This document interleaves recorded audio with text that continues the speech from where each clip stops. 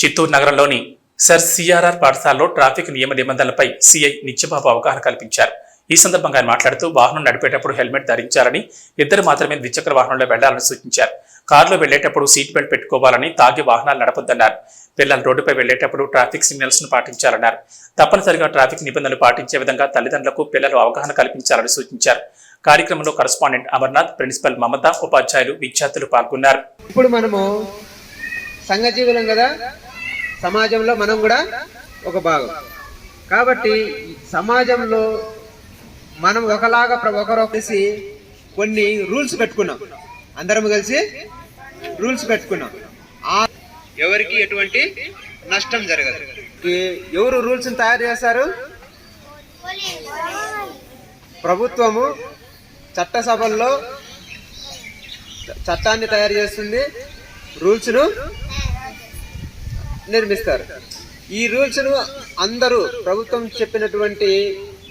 చేసినటువంటి చట్టాన్ని, రూల్స్ని అందరము గౌరవించాలి, పాటించాలి.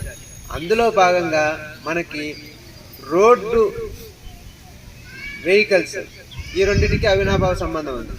వెహికల్స్ ఎక్కడ వెళ్తాయి? రోడ్డు పైన వెళ్తాయి. ఈ రోడ్డు పైన వెళ్ళే వెహికల్స్ కోసము రూల్స్ తయారు చేశారు. మోటార్ వెహికల్స్ యాక్ట్ లో రూల్స్ తయారు చేశారు, సెక్షన్స్ పెట్టారు. ఇక్కడ మోటారు వాహనాన్ని ఉపయోగించే ప్రతి ఒక్కరూ పాటించాల్సిన రూల్స్ గురించి అందులో చెప్పారు. మనకు రోడ్లు, మీరు ఎప్పుడన్నా రోడ్డును చూసారా? ప్రతి ఒక్కరము కూడా ఏదో ఒక సందర్భంలో రోడ్డు పైకి రావాల్సిందే, మన పనులు చూసుకోవాల్సిందే.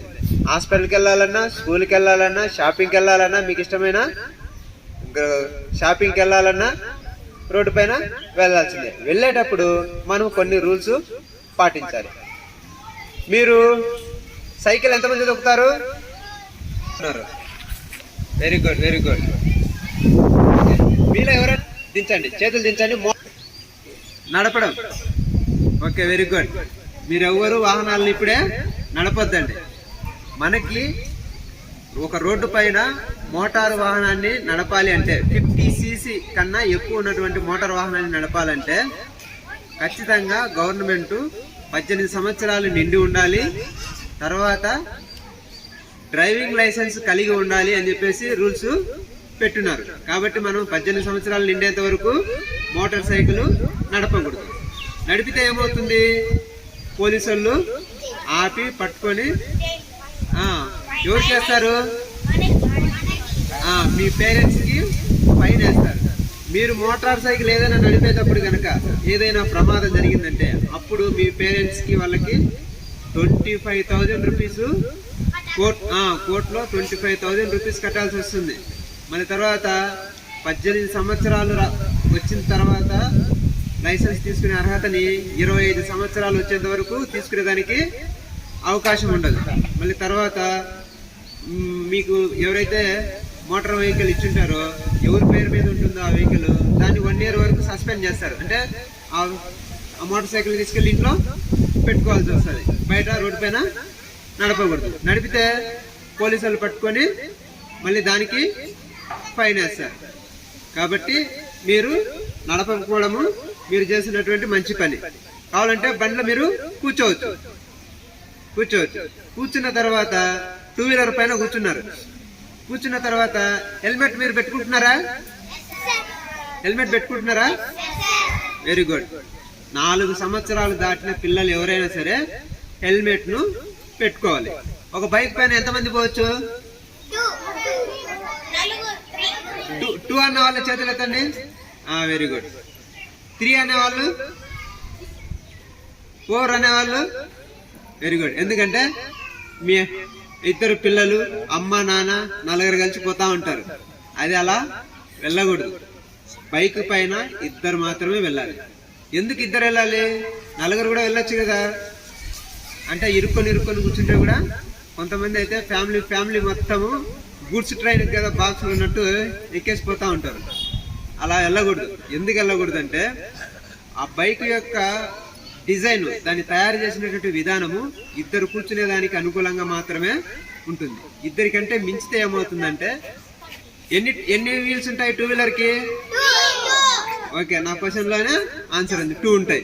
ఈ 2 ఉన్న దాంట్లో మనం కరెక్ట్గా బ్యాలెన్సింగ్ చేయగలిగితేనే ఆ మోటార్ వెహికల్ బాగా వెళ్తుంది. లేదంటే ఏమవుతుంది, సినిమాలో ఫైటింగ్లో హీరో వీళ్ళు పోతా ఉన్నప్పుడు జారి పడిపోతారు చూసారా, ఆ టైప్లో పడిపోతాం. ఏమవుతుంది పడిపోతే? ఎక్కడ తగులుతాయి? ఫస్ట్ తలకే తగులుతుంది. ఎందుకు తలకు తగులుతుంది అంటే మనకి మన బాడీలో ఈ తల అనేది పైన ఉంటుంది, బరువుగా ఉంటుంది. బరువుగా ఉన్నప్పుడు పడంగానే మామూలుగా మనకు తెలిసి పడుతున్నాం అనుకోండి, చేయి పెడతాం. మనం తెలిసి పడుతున్నాం అనుకో, ఇప్పుడు నువ్వు యాక్షన్ చేసి పడిపోవాలనుకున్నావు అనుకో, పడిపోతా చేయి పెడతావు. చేయి పెట్టి స్మూత్గా పడిపోతావు. అదే వేరే వాడు తోశాడు నిన్ను, వాడు తోస్తాడని నువ్వు అనుకోలేదు కానీ తోశాడు. ఏమవుతుంది అప్పుడు? చెయ్యి పెట్టే అవకాశం తక్కువ ఉంటుంది, నేరుగా పోయి భుజమో తలో కింద పడుతుంది. పడంగానే ఏమవుతుంది? కొబ్బరికాయ కొడతారా మీరు ఎప్పుడన్నా? కొబ్బరికాయను కొడితే ఎట్లా వస్తుంది? టుప్ అని క్రాక్ వస్తుంది. అలాగే మన తల కూడా తలకు పుర్ర ఉంటుంది కదా, ఆ పుర్ర కొబ్బరికాయ లాగా పగిలి చీలుతుంది. చీలి లోపల ఉన్న బ్లడ్ అంతా బయటకు వస్తుంది. మామూలుగా మనకు కాలో చేయ విరిగితే మళ్ళీ హాస్పిటల్లో సర్జరీ చేసి రాడ్లేసి కట్టుకట్టి ఏదో చేస్తారు. కానీ తలకు ఆ విధంగా చేసేంత సైంటిఫిక్ ఇంకా ఇంతవరకు మనకు డెవలప్ కాలేదు.